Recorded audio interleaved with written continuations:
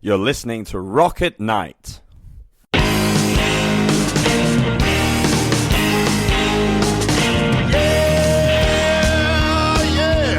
Are you ready? Hey, tonight I'm gonna take you on a little trip. We're going down south by the mighty Mississippi. I'm gonna take you to a place where lights never dim. Bring your mother, your brother, and your best friend. I'm gonna show you where they dance out in the street. They'll tell you all about your body heat. Not gonna talk about it, just gonna do it. Get on down if you feel up good. Get on down. Hi, this is Deb Cloden talking with Killian Gavin from Australia's indie band Boy and Bear. Boy and Bear will be performing a regional tour in Australia during November and early December, presenting their third studio album, Limit of Love. They are also touring in the US and Canada during October. Deb, this is Killian from Boy and Bear. Hi, how are you? Thank you so much for calling back. That's all right. Sorry I missed your call. My previous interview went on a bit longer than expected. Oh, sorry, you must be very busy. Thank you very much. That's all right. Thank you very much Too easy. for giving me some time today. I'm talking to you for Rocket Night, an online music magazine. And this will probably be turned into a podcast which people can access via iTunes for free. So I would like to talk to you about your upcoming regional tour of Australia, the Limit of Love tour. I believe you're doing about 20 gigs in 31 days. Yeah, it's pretty packed out. So, yeah, that's a pretty busy touring schedule. Why have you decided to do a regional tour? Look, it's something we've done from the very, very first days of the band. We've always hit regional cities. We all love Australia. There's some beautiful places in this country that some of us have never been to, and sometimes have been for the first time on a tour with the band. So, I mean, it's something we've always enjoyed doing. We did it from the very, very first tour we did, and on the back of the last record, which is Harlequin Dream, for the first time we did a 100% regional only tour, and this will be, the same thing for this record, basically, where we're not heading to any capital cities, it's just regional shows. And to be honest, it's actually a really fun thing to do for us, because so many people appreciate us coming to their towns, because so many bands just don't turn up, and these people rarely get to experience music the way that we do in capital cities, and I think it's not only fun for us, it's an awesome thing to do. Oh, that's good. Yeah, I wondered if you were trying to reach a greater audience or choose more intimate venues or maybe get closer to your audience. So I think you've probably explained that, yes, all of those things, I guess. Yeah, I guess it's a blend of all those things for sure. I mean, Australia is a big place outside of just the capital cities, so there's no doubt interest in us if we can tour those places to do so. The hardest thing, to be honest, is finding time. We spend so much time overseas, but it is always a priority of all of us in the band that we do want to do at least one tour where it's just regional Australia on every record, because, like I said before, they're really fun tours. They're the kind of tour that one night you're in a really nice regional theatre, it's all sit down and everyone's so attentive, and then the next night you're in the most raucous pub ever and everybody's a little bit too drunk. Where else can you get that? Yeah, and they're all speaking your language. Exactly. Yeah, and obviously your Australian audience is going to be perhaps your most appreciative, obviously being an Australian band. So, no, I'm sure everyone will be really looking forward to those shows. Have many of them sold out yet, or do you know? I believe a couple have. It's still a way off. Yes, it is. These shows up later, 2 or 3 months. So, but I think Townsville has, and I think we're actually now doing a second show in Townsville. Yep. And then there's a couple of other ones that are really close. I believe Geelong, and I can't remember off the top of my head. Yeah, I'm hoping to get to your Geelong show as a photographer, so I'm looking forward to that. Oh, great. That venue is amazing, that Costa Hall. Okay, no, I've not been there. Oh, it's really fantastic, so yeah. So will that be a seated show or a stand-up show? It's a seated show. Okay. Yeah, that's always handy to know as a photographer. Absolutely. absolutely. Just getting back to all of the places you're visiting extensively through Victoria, Queensland, Western Australia, New South Wales, and also in Canberra. How do you decide where to play? We often we have obviously a manager and an agent, and they work really, really closely to plan our touring schedule, not just here, but also the rest of the places around the world. That's quite a big job. It's what they do full-time for a living. Yes. But ultimately, they'll have an idea of where to go, and they'll send through basically a look of what the tour might be, and we'll have a look at it within the band and decide whether or not that, represents exactly what we want to do. And often there'll be places that aren't included, and we'll sort of be pretty adamant that we want to go there, and they'll have to then, take those notes, go back and rework the tour and hopefully include those shows that we really want to play. And so, I mean, it's a pretty simple process from my end, because, like I said, it's a big job, and we do obviously have people specifically who are better at doing it than myself. Yes. So I don't want to take the credit for it. It's actually them doing all the work. But I mean, it's definitely something we'll always double check and make sure that we're playing to places that we really want to play or haven't played yet in a while. I was just about to ask, is there anywhere you're playing on this tour that you've not been to before? There is. I can't remember it off the top of my head, but there's a couple of places I've never been to. Yeah, maybe Toowoomba or... 3 seconds. Toowoomba. Slide down my calendar. Okay. Can't remember it off the top of my head. I've never been to Wodonga. Okay, yes. Which is weird. I thought I would have been there before. Maybe Albury, that's just across the river. Been to Albury. And actually, that's the only place I haven't been to. Okay. Wodonga. Yep. Yeah, everywhere else I've been. Okay. Now, I noticed there's no South Australian or Tasmanian gigs. Yes, so this is exactly what I was talking about before. We pushed back, to our Dob them in, our booking agent and manager, and said we want to make sure we go to Tasmania, but their logic, and I have to trust them, not myself, was the fact that we were in Tasmania only a couple of months ago. Okay. February, so that's the main reason. That's the same for Adelaide, South Australia, I should say. Yes. In February, so it probably wouldn't be the smartest thing to go back so soon. Okay. I am actually from South Australia, so I'll have to travel to Victoria to see you.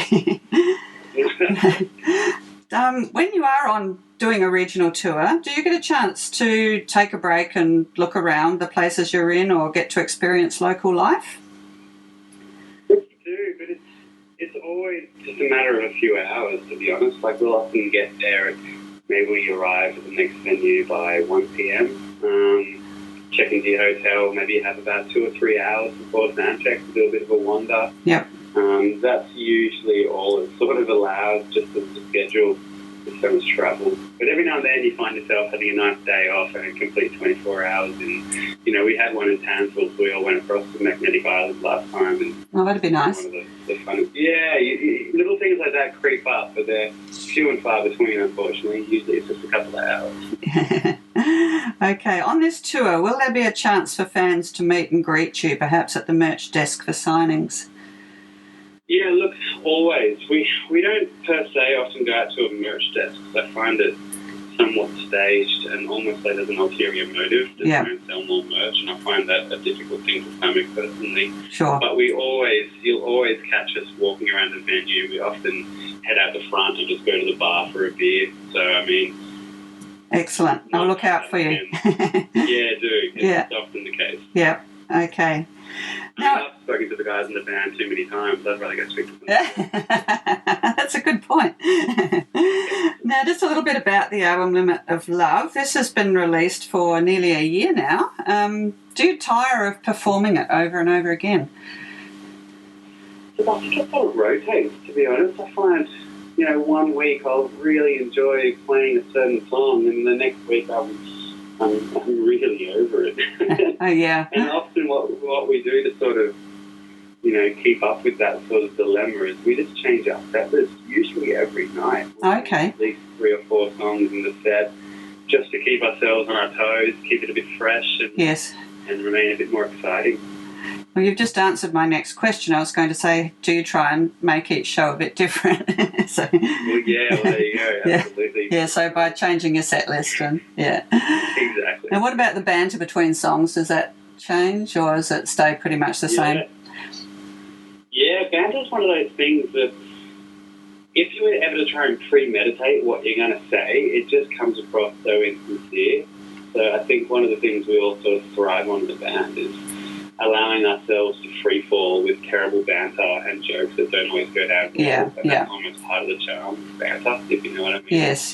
So we'll much rather sort of, take a leap of faith and just see what happens on the night and either nail it or do terribly bad at banter. One or the other. Yeah, some bands or some artists just don't say anything, they just play, but it is nice to have a bit of interaction, verbal interaction. Absolutely. Yeah. I mean, look, certain venues, like if you're a sit-down theatre, we naturally are going to talk so much more, and it's often a really fun sort of chit-chat because you have the sort of the attention, I guess, of the audience in a way where you can talk quite casually, as opposed to if you're in a stand-up pub and it's quite noisy, the banter just doesn't translate. So No. we say less in those venues as opposed to... Oh, yes, I can understand why, Yeah, exactly. I know you're promoting Limit of Love and in particular your new single, which I've got somewhere. I don't know what it is. Oh, don't you? Yeah. See, what's it? Your hologram. That's it. Yes. That's all right. Yeah. I confused which order it was. Yeah. But will you be performing any new music on this tour? Look, not this tour. We have a lot of ideas about new music, and we have little song ideas that we've workshopped, but we never really finish songs in the middle of a touring cycle just because it takes so much time and sort of different headspace to finish them. So what we do, however, is every now and then we'll learn a cover and we'll play a different cover from the next. So, I mean, it's not every night, but sometimes we'll just be like, oh, let's throw in this old classic tonight that we were all jamming last week. Yep. So often that's the big change as opposed to new songs. I loved your Crowded House cover. I still play that one. Yeah, Fall at Your Feet, yeah. And it's just so Boy and Bear. You've just put your own influence on that song. But, it's a wonderful combination of their fabulous song and your style.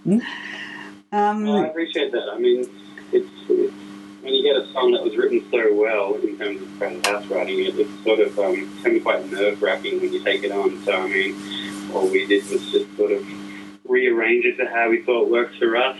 Yep. No, you did a very good job.